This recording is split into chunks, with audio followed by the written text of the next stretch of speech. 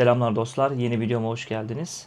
Bir önceki videomda bu videonun konusu ne olsun diye düşünürken Sublime Security isimli mail güvenlik ürünü hakkında birazcık konuşuruz ve bildiklerimi paylaşırım diye söz etmiştim. Şimdi de o sözümü yerine getirmeye çalışacağım. Sublime Security, Microsoft veya Google altyapısını bağlayıp mail trafiğinizi izleyen yeni nesil bir güvenlik uygulaması.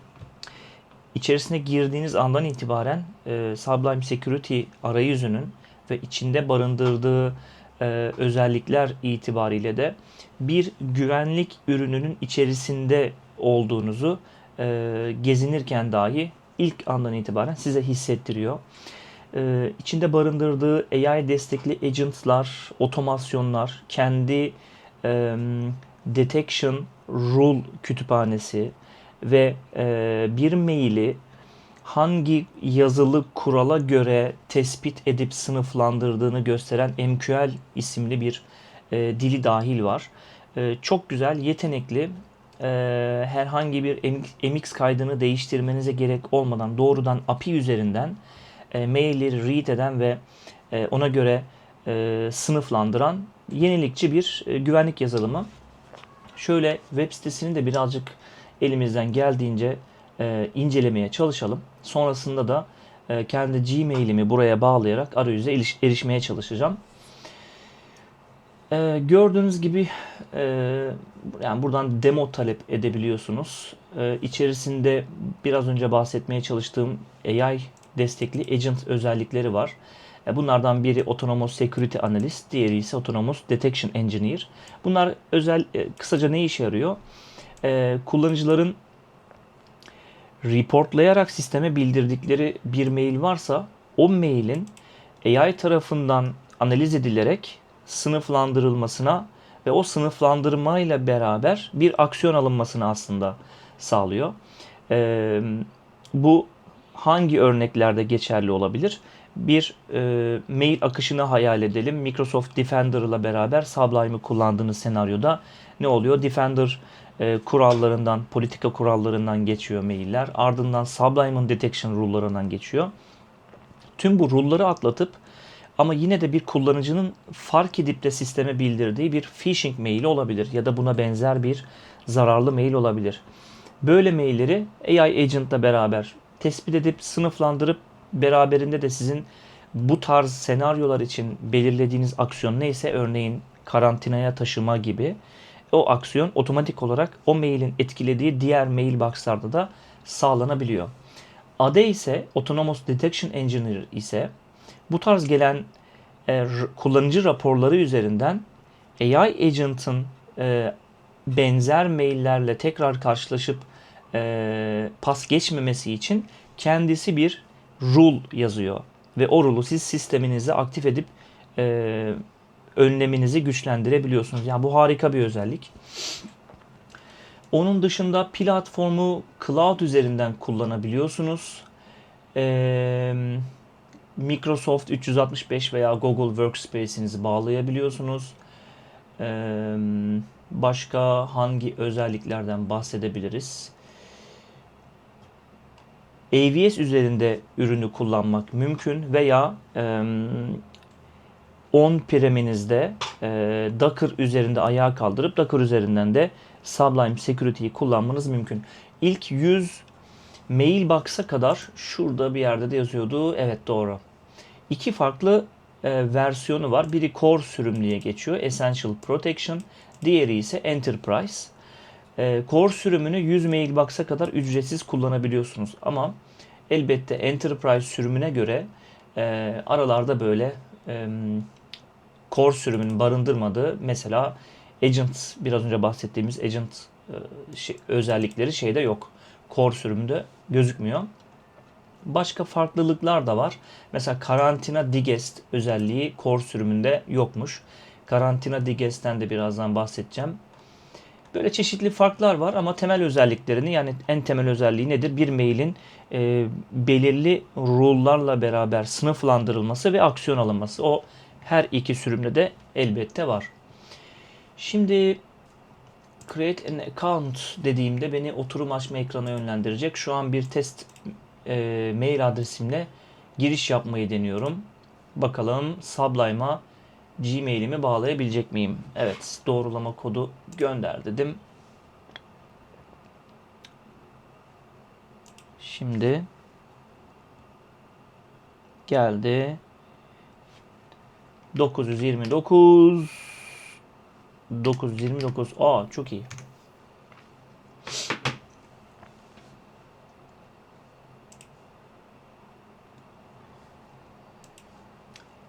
Ne oldu? Tekrar oturum aç diyorum. Retrieving Authentication. Olmadı. Ha, change diyelim. US değil.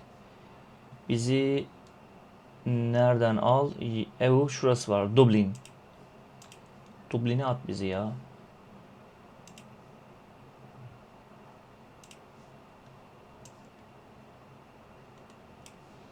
Galiba şu an olmadı.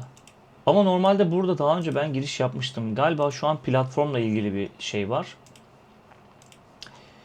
Çok önemli değil. Çok önemli değil. Ya bunu siz sonra da deneyebilirsiniz. Ben hem Docker üzerinde ayağa kaldırdım bunu kendi Gmail'imi bağlayıp hem de web üzerinden giriş yapabilmiştim. Şu an muhtemelen platformla ilgili bir sıkıntı var. Sorun değil. Diğer şeylere bakabiliriz. Get account bakalım. Okey. Peki. Şimdi şeye bakalım. Platformun arayüzüne Explore the platform dediğimde ne yapıyor? Buraya getiriyor. Burada teknik detaylar var. Get demo, get started. Peki. Yani ekrana şu an bakamayacağız. Yapacak bir şey yok. Hiçbir şekilde üye olmadan bu arada Sublime'ın EML Analyzer isimli tool'u var. Bu tool'u kullanabiliriz. Bu tool ne yapıyor? EML Analyzer dediğimiz elinizde bir şüpheli mail var diyelim. O maili dışarıya indirip yani bilgisayarınıza kaydedip Sublime'ın detection rule'larını analiz ettirip sonucunu görmenizi sağlıyor. Yani bir maili analiz ettiriyorsunuz. Upload file dedikten sonra indirdiğiniz bir mail varsa Gmail'den mesela indirmeyi deneyelim. Gmail. Şöyle bakalım. Hep de Google'dan gelmiş. Şunu Android cihazımın hakkında bulunacak. Bunu nereden indirebilirim? Şöyle açalım maili. Şuradan download mesaj dediğimizde ML file'ı indi. Sonra bunu gelip upload ederek o mailin parametrelerini Sublime nasıl analiz ediyormuş burada görüntüleyebilirsiniz. Özetle işte mailin preview kısmını görüyorum. Kimden gelmiş? Eğer bunu bir kendi ortamımda kullanıyor olsaydım çeşitli bana insight'lar veriyor, ipucular veriyor. Yani diyor ki mesela işte bu mail sana ilk defa e-mail gönderiyor. Atak skorunu söylüyor. Şöyle learn more dediğimizde detection rule'uyla beraber maili sınıflandırırken kullandığı o atak skorunun sonucundaki sınıflandırmalar bunlar. İşte unknown, benign, gray mail, spam, suspicious, malicious diye gidiyor. Sublime Security'nin güzel yanı siz otomasyon seçeneklerini aktif ettiğinizde olay şuna dönüyor. Mail geldi. Şu an 1200 tane belki de Sublime Security'nin kullanıma hazır şey var. Tespit kuralları var. Onların hepsini böyle otomatik açabiliyorsunuz. O kurala göre bir mail nasıl sınıflandırılıyorsa örneğin mail geldi, bütün kurallarla taradık. Tabi bunlar böyle milisaniyeler içerisinde gerçekleşen işlemler. O mail malicious olarak sınıflandırıldı. Siz malicious olarak sınıflandırılan bir mailin karşılığında ne yapılması gerekiyorsa ki buna aksiyon deniyor. O aksiyonu otomatik olarak alıyor. Nedir? İşte maili karantinaya taşıma. Artık bir şey yapmıyorsunuz. Malicious'sa tık karantinaya taşıyor. İşte spamsa move to spam yapıyor. Ya da zararsızsa herhangi bir şey yapmıyor. Gray mail ise, bu gray mail de yeni bir kategori.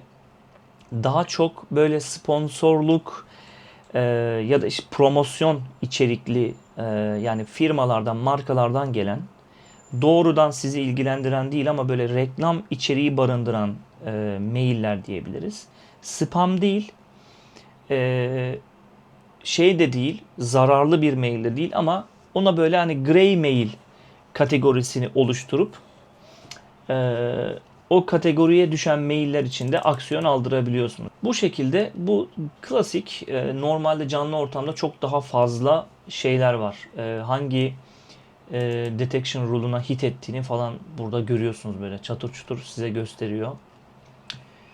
Onun dışında karantina digest demiştik. Karantina digest de şöyle, eğer o özelliği aktif ederseniz ve bunu bir ortamda kullanıyorsanız, yani çalıştığınız kurumda kullanıyorsanız ve ürünü yönetiyorsanız, karantinaya alınan maillerle ilgili gün sonunda veya haftada bir kullanıcılarınızı bilgilendirebiliyorsunuz. Sublime'dan bir mail gidiyor. Diyor ki sizin karantinadaki mailleriniz bunlardır. Kullanıcılar görüyor maili. Eğer bir yanlışlık olduğunu, yani false pozitif bir durum olduğunu düşünüyorlarsa maili geri talep edebiliyorlar. Oradan request gönderiyorlar. O request karantina digest ekranına düşüyor ve siz de oradan, ürünü yöneten kişiyseniz, talebi inceleyip maili, yani karantinaya alınan maili geri inbox'a, kullanıcının mailbox'ına gönderebiliyorsunuz. Böyle güzel, yenilikçi, içerisinde otomasyonun, AI desteğinin, topluluk desteğinin bulunduğu yeni nesil bir mail güvenlik yazılımı. Uzun süredir de aslında yani canlıdalarmış. Ne kadar yeni olduklarını da bilmiyorum. Ama klasik mail gateway ürünü değil. Yani sizin mail akışınızda herhangi bir değişiklik olmuyor. MX kayıtlarınızda bir değişiklik yapmıyorsanız mail yine doğrudan aynı şekilde herhangi bir yeni hop eklenmeden mailbox'larınıza düşüyor. Sublime sadece araya girip o maili okuyor. Araya girip o maili okuyor. Yani yeni mail geldikçe onu okuyup değerlendiriyor ve işlem yapıyor. Bu kadar aslında özetlemeye çalışabiliriz. Sublime'daki detection rule'ları da çok buna benziyor. Core feed. Çok güzel. Bakın, herhangi bir rule'un, mesela şu rule'u açalım. Of, harika oldu. Ürüne girmiş kadar olduk. Örneğin bir mail bu detection rule'una takıldı ve aksiyon alındı. İşte severity'si high'mış.